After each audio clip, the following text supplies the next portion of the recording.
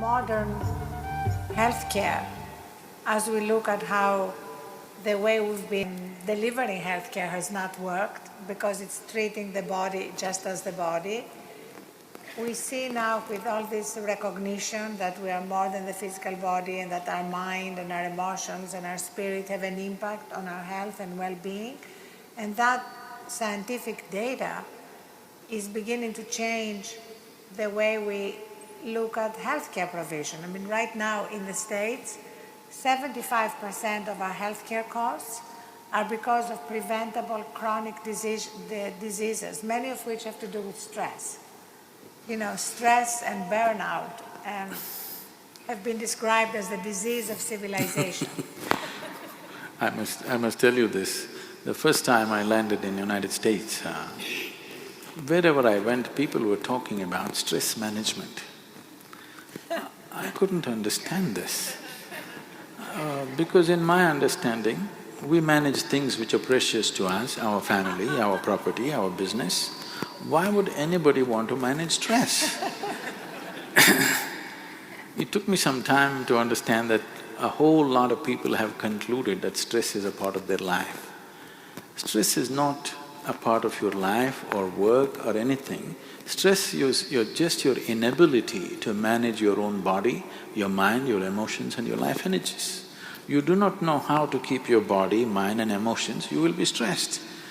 Stress means the inner dimensions of who you are is under friction.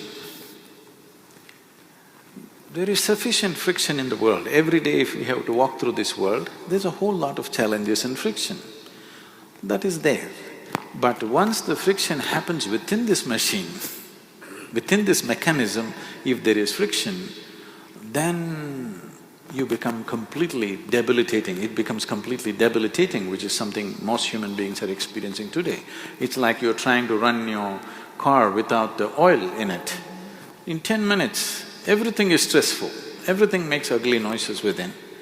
Right now, people are going through this and it's causing a whole lot of psychosomatic diseases that people are suffering.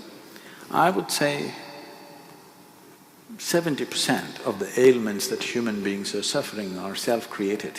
About 30% happen to you from outside because of other organisms and infections and various other things. Maybe some of them are, by birth people have certain tendencies, but at least 70% is self-created, which can be easily reversed if only we attend to the individual human being. And I can prove this with hundreds and thousands of cases who have walked out of ailments, not treated, walked out of it, simply because a certain level of stress-free existence came. Right now, I've had my lunch and I'm speaking. If I check my pulse, it's somewhere between 55 to 60. If I was an empty stomach and if I sit here quietly for 5 minutes, this will settle below 40. So there is no question of stress in this one. So when there is no stress, how much maintenance it needs will considerably go down. Right now, we have studies to show you this. A simple 15-minute meditative process, your metabolism drops up to 24% in a conscious state. There is sufficient studies to show that human mechanism can brought to a more easy way of functioning. It is not in a hyper state of functioning.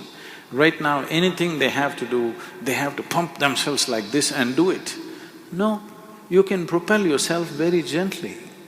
You can propel yourself, when I say gently, not necessarily behind somebody, not necessarily at a lower level of performance.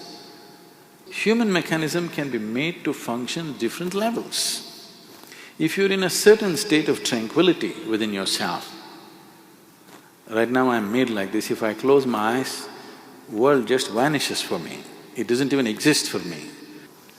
So, how you keep the system is important. Now we're talking about this being a World Peace Day. If peace has to happen, human being should know it within himself. Whatever we are seeing as human societies is just a manifestation of what's happening in individual minds. When individual minds are in such a turmoil, how do you bring peace to the world? It's going to be just empty talk.